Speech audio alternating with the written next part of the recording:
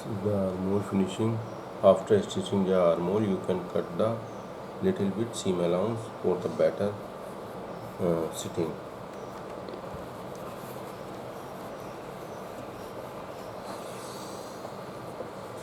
The jacket is this one, and when you make the waistcoat in main fabric, you should fill the whole front front princess cut and front part, and facing also, and collar. This is for the only just how you can stitch the jacket. And this part you can finish by the hand needle. Okay, I hope you understand. Thank you.